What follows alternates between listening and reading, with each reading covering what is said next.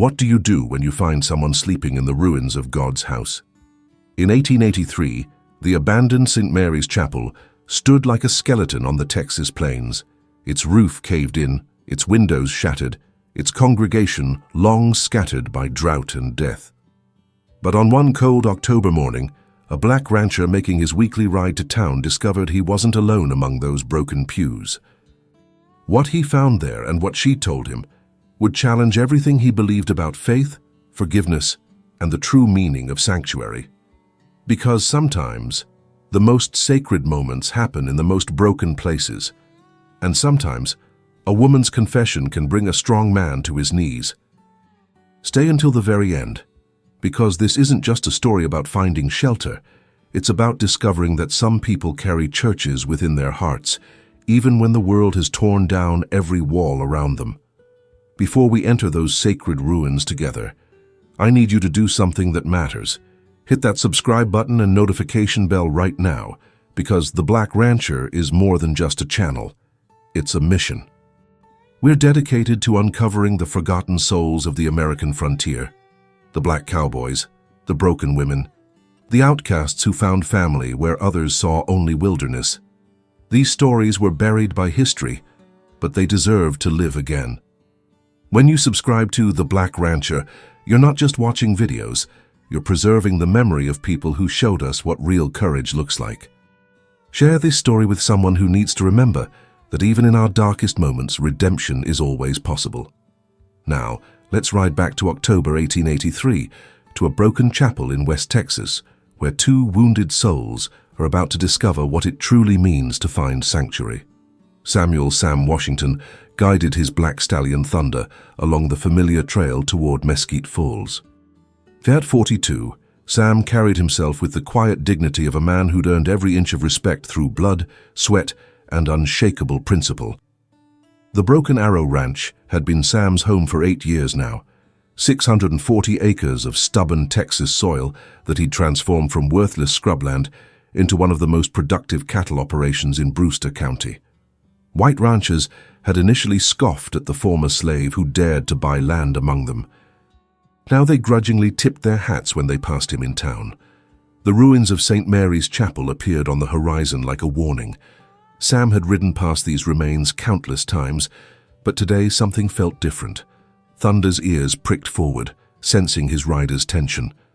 3 years ago, St. Mary's had been the heart of a small farming community. Then came the drought of 1880, 2 years without meaningful rain. Crops failed. Cattle died. Families packed their belongings and headed for California or back east. The preacher, Father Miguel Santos, had been the last to leave, staying until even the church roof caved in under the weight of his prayers. Sam was about to ride past when Thunder suddenly stopped and snorted. Through the broken doorway of the chapel, Sam caught sight of something that shouldn't be there, a splash of faded blue fabric among the brown wooden debris. "Easy, boy," Sam murmured, dismounting slowly.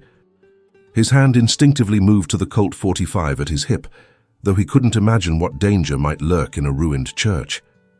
Sound of boots carefully stepping over broken wood and glass.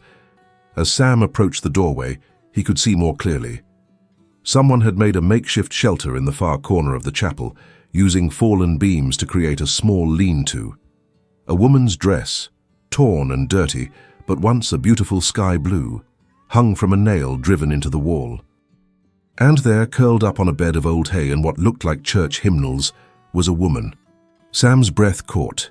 She was young, maybe 25, with auburn hair that had once been carefully arranged, but now hung loose and tangled around her shoulders. Her skin was pale as porcelain, marked by exhaustion and exposure to the elements. Even in sleep, her face held traces of grief so profound it made Sam's chest tighten. She wore a simple brown traveling dress, patched in several places with careful stitching. Her shoes, once fine leather, were worn through at the toes. Everything about her spoke of someone who had fallen from comfort into desperate circumstances. The woman's eyes flew open at the sound. They were the palest blue Sam had ever seen, like winter sky just before a storm. For a moment, neither moved. Then she sat up quickly, gathering her dress around her legs and pressing herself against the back wall of her makeshift shelter. "Please," she whispered, her voice hoarse. "I wasn't stealing anything. I'll leave right now." Sam slowly removed his hat, a gesture of respect his mother had drilled into him. "Ma'am, this is God's house, or was. I reckon if anybody's got a right to shelter here, it's someone who needs it." She studied his face carefully, taking in his dark skin, his weathered features, his gentle but alert eyes. "You're not from town?" "No, ma'am. I'm Sam Washington. I run a ranch about 10 miles west of here. I was headed to Mesquite Falls for supplies when I saw you." The woman's shoulders relaxed slightly, though she remained pressed against the wall. "I'm Grace Murphy." She paused, as if the name tasted bitter. "I suppose you're wondering what a woman is doing sleeping in a ruined church." Sam crouched down, keeping his distance, but bringing himself to her eye level. "Ma'am, I've learned that everybody's got their reasons for being where they are. Ain't my place to judge." Grace's laugh was hollow, devoid of any real humor. "You might change your mind when you hear my story. Maybe, or maybe I won't." Sam's voice was steady, patient. "But either way, there's a storm coming, and these walls ain't going to keep the rain out. If you're willing, I'd be honored to offer you proper shelter at my ranch until you can figure out your next step." Tears welled up in Grace's pale eyes. "You don't understand. I can't just accept charity. I've done things, terrible things." Sam was quiet for a long moment, listening to the wind pick up strength outside. "Ma'am, I was born a slave. Fought in a war that nearly tore this country apart, killed men who were trying to kill me, built a life from nothing but stubbornness and prayer." He met her gaze directly. "Whatever terrible things you think you've done, I guarantee you I've seen worse. And I've learned that what matters isn't what happened yesterday, it's what you choose to do tomorrow." Grace stared at him for a long moment, then slowly nodded. "I'll tell you everything," she said quietly. "But I warn you, when I'm finished, you might wish you'd kept riding." Sam stood and extended his hand to her. "Well then, Grace Murphy, I guess we'd better get you somewhere dry before you start talking. Because if there's one thing I know for certain, it's that every story deserves to be heard." As Grace took his hand and stood, neither of them could have imagined that this moment, this simple act of one broken soul helping another, would set in motion events that would change not just their lives, but the entire town of Mesquite Falls forever. The Broken Arrow Ranch house was modest but well built. 2 bedrooms, a main room with a stone fireplace, and a kitchen that smelled of coffee and cornbread. Sam had built it himself, piece by piece, over the course of 3 years. Grace sat in a wooden chair near the fire, wrapped in one of Sam's clean blankets, her wet hair beginning to dry. Sam had given her privacy to change into some clean clothes he'd found, a simple dress that had belonged to his late sister Martha, who had lived with him briefly before succumbing to tuberculosis 2 years earlier. Sam set a steaming mug in front of Grace and took a seat across from her, maintaining respectful distance. "Take your time, ma'am. Whatever you're ready to share." Grace wrapped her hands around the mug, drawing warmth from it. Outside, the storm was gaining strength, but inside, the fire cast everything in a golden glow. "I was married," she began, her voice barely above a whisper, "to Thomas Murphy. He was a good man. A pastor, actually. We had a small congregation in San Antonio." Sam nodded, encouraging her to continue without words. Thomas believed in redemption. He truly did. He took in people that society had given up on, gamblers, prostitutes, thieves. Our church became known as a place where anyone could find sanctuary. Grace's voice grew stronger as she spoke about her husband. "I loved that about him. His absolute faith that people could change." "Sounds like a man worth knowing," Sam said quietly. Grace's face crumpled. "He was. And I destroyed him." She was quiet for so long that Sam thought she might not continue. Then, in a voice so low he had to strain to hear it, she said, "I had an affair." The words hung in the air between them like smoke. Sam's expression didn't change, but he set down his coffee cup and leaned forward slightly, listening. "His name was David Blackwood. He was a wealthy merchant who attended our services. Charming, sophisticated, everything that Thomas wasn't. Grace's voice turned bitter. Thomas was so trusting, so focused on helping others, that he never saw what was happening right in front of him. The affair lasted 6 months. I told myself I loved David, that he understood me in ways Thomas never could. Her voice broke. I even gave David money from the church collection, small amounts at first, then more. David said he was making investments that would help us start a new life together. Sam's jaw tightened, but his voice remained gentle. What happened? David disappeared, took every penny I'd given him, nearly $3,000 of church money, and vanished, left behind only a note saying he'd never intended to leave his wife. Grace laughed bitterly. I was such a fool. But that wasn't the worst part, Grace continued. Thomas found out everything the same day David disappeared. Someone had seen us together and felt obligated to tell him. When Thomas confronted me, I couldn't even lie anymore. I confessed everything, the affair, the stolen money, all of it. She stood up abruptly and walked to the window, staring out at the storm. Do you know what he said to me? He said, Grace, I forgive you. We'll find a way through this together. Sam felt his chest tighten. He forgave you. Instantly. Completely. Just like that. Grace's voice was filled with anguish. He was ready to use his own savings to repay the church, ready to rebuild our marriage, ready to face down the scandal together. She turned from the window, tears streaming down her face, and I couldn't stand it. I couldn't stand his forgiveness. It made my betrayal so much worse somehow. So I left, in the middle of the night like a coward. I took nothing but the clothes on my back and started running. That was 8 months ago. Sam was quiet for a long moment. Where did you go? Everywhere, nowhere. I've been from Houston to El Paso, taking whatever work I could find, cleaning houses, washing clothes, serving in saloons. But everywhere I went, I carried the weight of what I'd done, the weight of his forgiveness, which somehow felt heavier than any anger would have. Grace sank back into her chair, looking exhausted.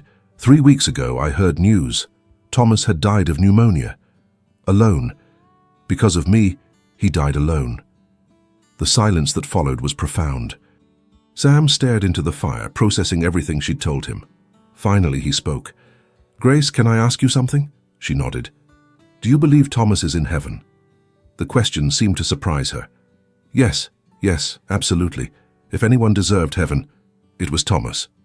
And do you think his love for you was real? Yes. Her voice was barely a whisper. Sam leaned forward. Then I need to tell you something that might be hard to hear. Thomas didn't forgive you because he was naive, or because he didn't understand the depth of your betrayal. He forgave you because he loved you enough to see past your worst moment to the woman he married. And if he's in heaven now, looking down at you sleeping in that ruined church, do you think he wants you to spend the rest of your life punishing yourself for something he already forgave? But I killed him. My leaving, my betrayal, it killed him. Pneumonia killed him, Grace. And loneliness might have made him weaker, but you know what else made him weaker? Loving someone who was running from the very forgiveness she needed most. Sam's voice was firm but compassionate. Your husband sounds like a wise man, and wise men don't waste their forgiveness on people who aren't worth saving. Grace sobbed openly now, 8 months of suppressed grief finally finding release. Sam sat quietly, letting her cry, offering his presence without judgment. When her tears finally subsided, Grace looked up at him with something resembling hope in her pale eyes. How do you know so much about forgiveness? Sam was quiet for a moment, staring into the fire. Because I've needed it myself.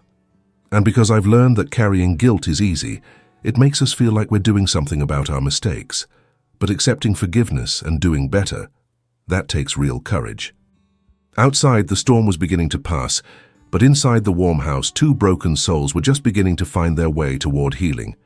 Friends, what you're witnessing here is more than just a story. It's a testament to the power of human compassion that built the real American West. Not the gunslingers and outlaws we see in movies, but everyday people who chose kindness when the world expected cruelty. The Black Rancher exists to tell these forgotten stories, Tales of black cowboys, broken women, outcasts and strangers who found family on the frontier. These aren't just historical accounts, they're reminders of who we can choose to be when life breaks us down. If this story is touching your heart, please share it with others who need to remember that redemption is always possible. Hit that like button, subscribe to The Black Rancher, and ring the notification bell so you never miss these powerful narratives. Remember, every subscription helps preserve these vital stories for future generations. Now let's return to Sam and Grace, as they're about to discover that healing often comes through helping others heal. Grace woke to the smell of bacon frying and coffee brewing.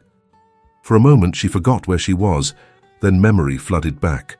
The church ruins, the storm, Sam's unexpected kindness. She lay in Martha's bed, wearing Martha's dress, surrounded by the simple comfort of a home built by honest labor. When she emerged from the bedroom, Sam was at the stove, fully dressed and clearly preparing to start his day. He turned and nodded respectfully. "Morning, Grace. I hope you slept well." "Better than I have in months." She paused, suddenly self-conscious. "I should go. I've imposed enough on your kindness." Sam turned from the stove, his expression serious. "Where would you go?" The simple question hung in the air. Grace realized she had no answer. I don't know." "Then maybe that's a sign you should stay a while longer." Sam set a plate of breakfast in front of her. "I could use help around the ranch. Martha used to handle the bookkeeping, the supply ordering, dealing with the townspeople when I was working the cattle. Since she passed, I've been managing alone, but it's difficult." Grace studied his face. "You're offering me work. I'm offering you a chance to be useful again, to remember who you are beneath all that guilt you're carrying." Sam sat down across from her. "But I need to be honest. It won't be easy. Some folks in Mesquite Falls aren't going to take kindly to a white woman working for a black rancher. And if they find out about your past, they'll run me out of town," Grace finished quietly. "Maybe. Or maybe they'll surprise us. People can change if they're given reason to." Grace looked out the window at the vast expanse of Sam's ranch. In the morning light, she could see it was more prosperous than she'd initially realized. Well-maintained fences, healthy cattle, a barn that had been recently painted. This was the work of a man who took pride in what he'd built. "Why would you take such a risk for me?" she asked. Sam was quiet for a moment. "Because 8 months ago, when my sister was dying, a white woman in town, Mrs. Eleanor Hastings, the doctor's wife, came to help nurse Martha through her final days. She didn't have to. Her husband certainly didn't approve. But she said suffering was suffering, regardless of the color of the person experiencing it. Mrs. Hastings faced considerable social pressure for helping us. But Martha died with dignity, surrounded by kindness, because one woman chose to see past race to simple human need." Sam met Grace's eyes. "Maybe it's time I returned that kindness to someone else who needs it." Grace felt tears threatening again. "I don't deserve this." "Deserve's got nothing to do with it. Martha taught me that. She used to say, 'Sam, life isn't about getting what we deserve. It's about having the courage to become what we could be.'" Before Grace could respond, the sound of an approaching wagon made Sam stand and look out the window. His expression darkened slightly. "Who is it?" Grace asked. "Sheriff Tom Bradley and Deputy Miller. They don't usually ride out here unless there's trouble." A knock came at the door. Sam opened it to reveal a tall, lean man in his 50s, wearing a sheriff's badge, accompanied by a younger deputy. "Morning, Sam," Sheriff Bradley said, though his tone was formal rather than friendly. "We need to talk." Sam stepped outside, closing the door behind him, but Grace could hear the conversation through the window. "Someone in town reported seeing a white woman on your property yesterday," the sheriff said. "Given your situation, we felt obligated to check that everything's appropriate here." "What situation would that be, Sheriff?" Sam's voice was carefully controlled. "You know what I mean, Sam. You've built a good reputation here, but having a white woman staying at your ranch without proper supervision, well, it raises questions." Grace felt her stomach clench. She moved closer to the window, staying hidden but listening intently. "Sheriff," Sam said slowly, The woman is my employee. She's helping with ranch business and staying in my sister's room. Everything is completely appropriate and above board." Deputy Miller spoke up. "Sam, you know we respect what you've built here. But if word gets back to some of the more traditional folks in town, there could be trouble for both of you." "What kind of trouble, Deputy?" "The kind that ends with property getting burned and people getting hurt," Sheriff Bradley said bluntly. "I'm not saying it's right, but I've got to think about keeping the peace." Grace stepped outside, having heard enough. Both lawmen turned to stare at her, taking in her simple dress, her auburn hair, her pale complexion. "Gentlemen," she said, her voice steady despite her racing heart, "I'm Grace Murphy. Mr. Washington has kindly given me employment as his bookkeeper and housekeeper. I assure you that our arrangement is entirely professional and appropriate." Sheriff Bradley removed his hat. "Ma'am, I'm sure it is, but you have to understand our position. This kind of arrangement, well, it's unusual." "Unusual doesn't mean illegal, Sheriff," Grace replied. "Mr. Washington is a respected rancher who offered work to someone in need. I fail to see how that warrants a visit from the law." Deputy Miller looked between Sam and Grace, clearly uncomfortable. "Ma'am, we're just concerned about how this might look to certain people." Sam stepped forward. "Deputy, I've been a law-abiding citizen of this county for 8 years. I pay my taxes, I don't cause trouble, and I treat everyone with respect. If certain people have a problem with how I conduct my legal business on my own property, maybe that says more about them than it does about me." The sheriff studied Sam's face for a long moment, then looked at Grace. "How long do you plan to stay, Mrs. Murphy?" "And I plan to stay as long as Mr. Washington has work for me." Sheriff Bradley put his hat back on. "Well then, I guess that's settled, but I'm going to give you both some advice. Be careful, be smart, and don't give anyone reason to question your judgment." As the lawmen climbed back into their wagon, Deputy Miller turned back. "Sam, you've worked hard to build respect in this community. Don't throw it away for, well, just be careful." When they were gone, Sam and Grace stood in silence for a moment. Finally, Grace spoke. "They're right, you know. This could destroy everything you've built." Sam looked out at his ranch, the cattle, the buildings, the life he'd carved from nothing. Then he looked at Grace, seeing something in her eyes he recognized, the look of someone who had given up on herself, but was desperately hoping someone else wouldn't give up on her. "Grace, let me tell you something about respect," he said quietly. "Real respect isn't something you can lose by doing what's right. And if helping someone who needs help costs me the approval of people who judge by skin color rather than character, then maybe their respect wasn't worth having in the first place." Grace felt something shift inside her chest, a feeling she hadn't experienced in months. Hope. "So what do we do now?" she asked. Sam smiled. "Now?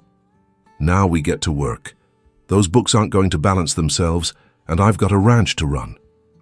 As they walked back toward the house, neither of them noticed the figure watching from a distant hill, someone who had seen the sheriff's visit and was already planning how to use this information to their advantage. 2 weeks had passed since the sheriff's visit, and Grace had thrown herself into the work of managing Sam's ranch with surprising skill. She discovered she had a natural aptitude for numbers and organization, and Sam's respect for her abilities grew daily. More importantly, Grace was beginning to remember who she had been before guilt and shame had consumed her identity. She was intelligent, capable, and had a gift for seeing solutions to problems others missed. "Sam," Grace called from the kitchen table where she'd spread out the ranch's financial records, "I think I've found a way to increase your profits by 20%. Sam looked up from repairing a bridle. "How's that?" "You're selling your cattle to the railroad buyer in Del Rio, but there's a new meatpacking company in San Antonio that's paying 30% more for quality beef. The extra shipping cost would still leave you with a significant profit increase." Sam studied her calculations, impressed. "These numbers look right. How did you find out about the San Antonio buyer?" "I wrote letters to every meat company within 200 miles. 3 responded with price quotes. Grace looked up at him, a hint of pride in her voice. I also contacted the bank in San Antonio about establishing a line of credit for expansion. They're interested in discussing terms. Before Sam could respond, the sound of multiple horses approaching at speed made them both look toward the window. 5 riders were coming up the path to the ranch house, and Sam's expression darkened as he recognized them. "Who are they?" Grace asked, noting the tension in Sam's shoulders. "Trouble," Sam said simply. He moved to a cabinet and retrieved his rifle. "Grace, go into the bedroom and stay there until I come for you." But Grace had already seen the lead rider through the window, a well-dressed man in his 40s with cold eyes and an expensive hat. She recognized the type immediately, someone who believed wealth gave him the right to judge others. "Samuel Washington," the man called out as he approached the front door. "We need to talk." Sam opened the door, rifle held casually, but visibly. "Mr. Blackford, what brings you to my ranch?" Richard Blackford owned the largest ranch in the county and considered himself the unofficial leader of the local Ranchers Association. Behind him stood 4 other men Grace recognized as prominent town businessmen. "We've heard disturbing reports about your domestic arrangements," Blackford said, his voice carrying the authority of someone used to being obeyed. "Reports that require immediate clarification." "My domestic arrangements are my business, Mr. Blackford. Not when they affect the reputation of this community." Blackford's eyes found Grace standing in the doorway behind Sam. "Ma'am, I'm going to ask you directly. What is the nature of your relationship with this man?" Grace stepped forward, her chin raised. "Mr. Washington is my employer. I serve as his bookkeeper and housekeeper. Our relationship is entirely professional." One of the other men, Grace recognized him as the owner of the general store, spoke up. "Ma'am, with all due respect, it's highly irregular for a white woman to be living alone with a black man, regardless of the working arrangement." Sam's grip tightened on his rifle. "Mr. Henderson, I suggest you choose your next words carefully." Blackford raised a hand. "Now, let's all stay civil here. Washington, you've been a good neighbor these past years. Honest, hard-working, respectful. But this situation is causing talk in town. The kind of talk that can lead to unpleasantness." "What kind of unpleasantness?" Grace asked, stepping fully outside now. Blackford studied her carefully.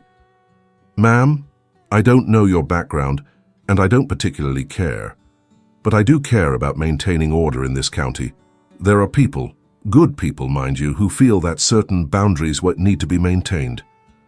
"Boundaries?" Sam's voice was dangerously quiet. "You know what I mean, Washington. This is Texas. People here have certain expectations about how things should be done. A white woman living with a black man, regardless of the circumstances, violates those expectations." Grace felt anger building in her chest, not just at Blackford's words, but at the realization that Sam was being threatened because of her presence. "Mr. Blackford," she said, her voice carrying surprising steel, "let me be very clear about something. I am a widow with no family and limited options. Mr. Washington offered me honest work and treated me with more respect and kindness than I've received from so-called civilized society in months. If you have a problem with that arrangement, perhaps the issue lies with your expectations rather than our behavior." Blackford's eyes narrowed. "Ma'am, you're new here, so you might not understand how things work in this community, but Washington does. Don't you, Samuel?" Sam was quiet for a long moment, and Grace could see the internal struggle in his eyes. Everything he'd built, his ranch, his reputation, his place in the community, was being threatened. "Mr. Blackford," Sam said finally, "I understand that change makes some people uncomfortable, but I also understand that doing what's right isn't always the same as doing what's expected. Is that your final word on this matter?" "It is." Blackford nodded slowly. "I'm sorry to hear that, Washington. I truly am." He turned to the other men. "Gentlemen, I think we've heard enough." As the group prepared to leave, Blackford turned back one final time. "Washington, you've got 3 days to reconsider your position. After that, I can't guarantee that cooler heads will prevail." When they were gone, Sam and Grace stood in silence, watching the dust cloud settle. Finally, Grace spoke. "Sam, I should leave. I won't be responsible for destroying what you've built here." Sam was quiet for a long moment, staring at the horizon. Then he turned to her with a slight smile. "Grace, let me ask you something. Do you remember what your husband Thomas believed in? Redemption, forgiveness, standing up for what's right. And do you think he would have backed down from helping someone because it made other people uncomfortable?" Grace felt tears prick her eyes. No, he would have stood his ground. Then maybe it's time to honor his memory by doing the same. Sam shouldered his rifle and started walking toward the house. "Besides, we've got work to do. Those books aren't going to balance themselves, and I've got a meeting with that San Antonio meat company to arrange." As they went inside, Grace realized something had fundamentally changed. For the first time since Thomas's death, she felt like she was living for something greater than her own guilt and shame. But neither of them noticed the single rider who had stayed behind on a distant hill, watching and planning. Grace woke to the sound of a horse being ridden hard toward the ranch house. Through the window, she could see the sun was just beginning to rise, painting the Texas sky in shades of pink and gold. "Sam Washington!" a voice called urgently. Grace quickly dressed and emerged from her room to find Sam already at the door, rifle in hand. When he opened it, they were surprised to see Mrs. Eleanor Hastings, the doctor's wife who had helped care for Martha. "Mrs. Hastings," Sam said, lowering his weapon. "What's wrong?" Eleanor Hastings was a woman in her 50s with graying hair and intelligent eyes. Now those eyes were filled with worry and urgency. "Sam, they're coming. Blackford convinced a group of men that improper things were happening here. They're riding out here this morning to handle things themselves." "How many men?" Sam asked quietly. 8, maybe 10. They've been drinking since last night, working themselves up." Mrs. Hastings looked at Grace. "My dear, you're in serious danger. Both of you are." Grace felt her world tilting. "Mrs. Hastings, nothing improper has happened here. Mr. Washington has been nothing but respectful and professional." "I believe you, child. But facts don't matter to an angry mob." Mrs. Hastings grabbed Grace's hand. "I've brought a wagon. I can take you to the train station in Del Rio. You can be gone before they arrive." Sam moved to the window, scanning the horizon. "They're already coming. I can see dust clouds from 2 directions. Mrs. Hastings, you need to leave now before they see you here." "I'm not leaving you to face this alone," Eleanor said firmly. "And I'm not running," Grace added, surprising everyone, including herself. Sam turned from the window. "Grace, this isn't your fight. These men, they won't listen to reason. Someone could get killed. Someone could get killed if I run too. You for harboring me. Mrs. Hastings for helping us." Grace's voice grew stronger. "I've been running from the consequences of my choices for 8 months. I won't do it anymore." Through the windows, they could see riders surrounding the house.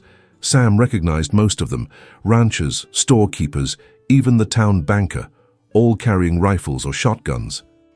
"Samuel Washington," Richard Blackford's voice carried across the yard. "Send the woman out and we can settle this peacefully."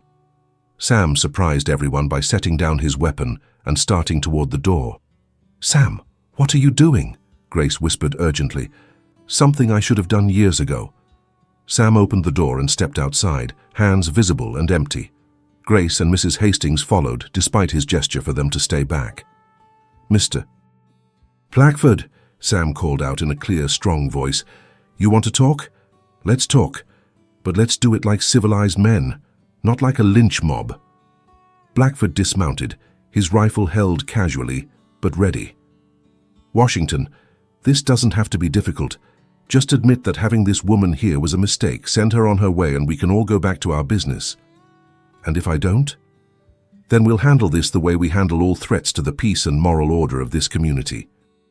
Grace stepped forward, and Sam could hear the strength in her voice that reminded him of Martha's courage.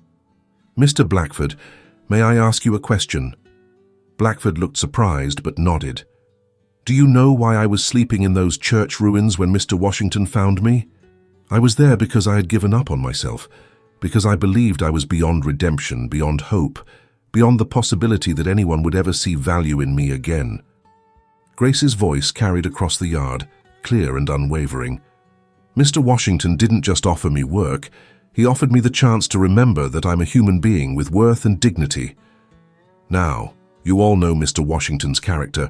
For 8 years, he's been an honest neighbor, a fair business partner, and a man who keeps his word. He's asked nothing from this community except the opportunity to work hard and live peacefully. Grace walked down the porch steps, directly toward the armed men. Sam tensed, ready to intervene, but something in her demeanor held everyone's attention. "I'm going to tell you all something that will probably confirm your worst suspicions about me," Grace continued. "I'm not just a poor widow seeking honest work. I'm an adulteress who betrayed my husband, stole money from his church, and ran away like a coward when he offered me forgiveness. That's who you're threatening a good man to protect yourselves from. A broken woman who learned what grace really means from a man who had every reason to judge me, but chose instead to help me find my way back to dignity." Blackford shifted uncomfortably. "Ma'am, your personal history doesn't change the impropriety of this situation." "Doesn't it?" Mrs. Hastings stepped forward, surprising everyone. "Richard Blackford, I've known you since you were a boy stealing apples from my garden. I watched you grow up, get married, build a good life, and I know your history too." "Eleanor, that's enough," Blackford warned. "Is it? Because I remember a young man who got a girl pregnant and left town rather than face the consequences. I remember who helped that girl when no one else would. Do you?" Mrs. Hastings's voice carried the authority of someone who had earned the right to speak truth. "Samuel Washington helped that girl, your daughter, Richard. When she came to town desperate and alone, with a baby and no husband, he didn't ask questions or pass judgment. He simply gave her work and helped her build a new life." Grace turned to look at Sam, seeing new understanding in his eyes. "That's right," Mrs. Hastings continued. "That girl you all helped drive out of town years ago, she's doing well now, married to a good man in California, raising 3 children. Because one man had the courage to look past society's judgment and see a human being in need." Blackford's face had gone pale. That was different." "How?" Sam asked quietly. "How was helping your daughter different from helping Grace?" For a long moment, no one spoke. Then one of the younger men, the blacksmith's son, lowered his rifle. "Mr. Washington," he said hesitantly, I didn't know about Sarah. My father never told me." "Your father is a good man, Tom," Sam replied. "He kept Sarah's secret because that's what decent people do. They protect those who need protection." One by one, the other men began to lower their weapons. Blackford looked around desperately, realizing his mob was dissolving. "This isn't over," he said finally, but his voice had lost its conviction. "Yes, it is," Mrs. Hastings said firmly. "Richard, you have a choice. You can continue down this path and lose the respect of everyone who matters in this community, or you can remember that the same mercy you hoped for your own child should be extended to others." As the group began to disperse, Tom, the blacksmith's son, approached Sam and Grace. "Mr. Washington, ma'am, I'm sorry, this was wrong." Sam extended his hand. "Tom, sometimes it takes courage to admit a mistake. That's all any of us can do." When the last rider had disappeared over the hill, the 3 of them stood in silence for a moment. Finally, Grace turned to Sam. "Your sister Sarah, that was really Richard Blackford's daughter?" Sam nodded. "Martha helped me understand that sometimes protecting someone's dignity is more important than defending your own reputation." Mrs. Hastings looked between them with a smile. "I think Martha would be very proud of both of you today." Grace felt something she hadn't experienced in over a year, the sensation of being exactly where she belonged. "So what happens now?" she asked. Sam looked out over his ranch, then back at Grace. "Now? Now we get back to work. Those cattle won't tend themselves, and I believe you mentioned something about expanding our operations." As they walked toward the house together, Grace realized that sometimes the most profound acts of faith happen not in grand gestures, but in simple decisions to treat one person with dignity when the world expects you to do otherwise. And sometimes that's enough to change everything. The story of Sam Washington and Grace Murphy reminds us that the true heroes of the American frontier weren't always the ones with the fastest guns or the biggest ranches. Sometimes they were the people who had the courage to see past society's limitations to the human dignity underneath. This story, like so many others we share on The Black Rancher, was deliberately left out of our history books, not because it wasn't important, but because it challenged too many assumptions about who deserved respect and redemption on the frontier. If this story moved you, if it reminded you that mercy and courage can change the world one person at a time, please share it with others who need to hear it.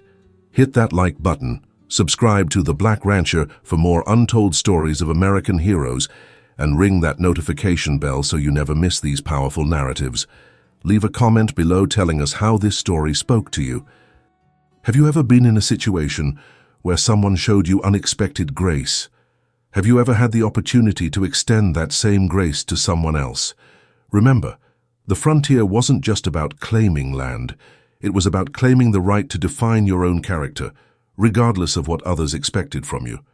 Thank you for joining us on this journey through America's hidden history. Until next time, this is The Black Rancher, reminding you that sometimes the most sacred moments happen in the most broken places.